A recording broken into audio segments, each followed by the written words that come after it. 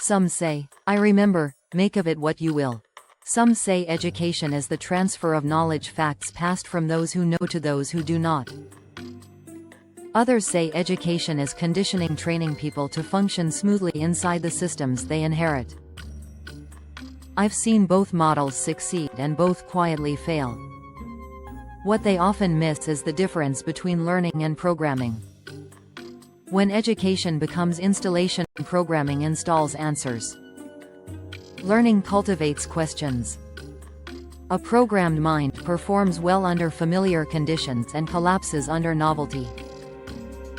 A learning mind stumbles more at first but adapts when the map fails. In a world changing as quickly as ours, programming creates efficiency and fragility.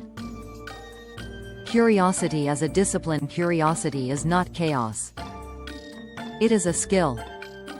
Left unguided, it becomes distraction. Over-controlled, it becomes compliance. Education for free minds teaches curiosity the way martial arts teach movement with form, restraint, and respect for limits.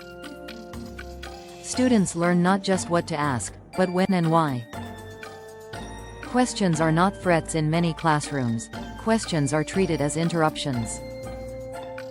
They slow the syllabus. They disrupt pacing. They expose uncertainty. But uncertainty is not failure. It is the starting condition of wisdom. A system that fears questions is not educating. It is defending itself. Teaching how to think, not what to conclude. Facts age. Methods endure. An education that centers on conclusions requires constant revision. An education that centers on thinking evolves naturally. Students should graduate knowing how to evaluate sources, recognize bias, including their own, and sit with ambiguity without rushing to certainty. That capacity matters more than any single body of knowledge.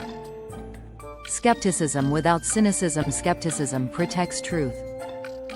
Cynicism poisons it. Teaching the difference is one of education's most subtle tasks.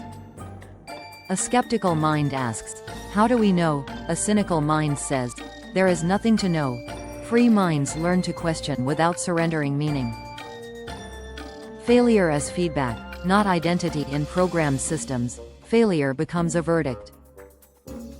In learning systems, failure becomes information.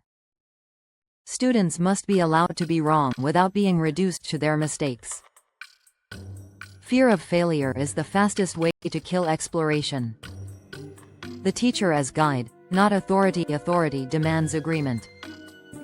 Guidance invites inquiry. A teacher does not stand above the learner, but slightly ahead, having walked the terrain long enough to point out hazards without insisting on a single path. When teachers cling to certainty, students learn obedience. When teachers model learning, students learn courage. No sacred texts. Texts matter. So do theories. So do traditions. None are immune to question.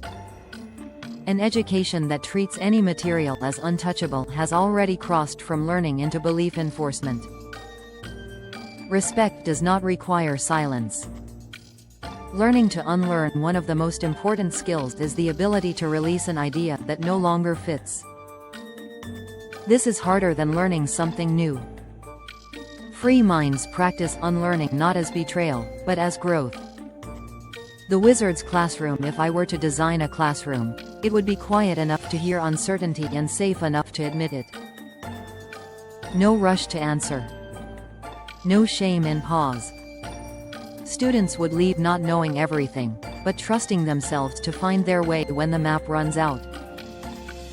Why this matters now. The future will not ask whether we memorized correctly.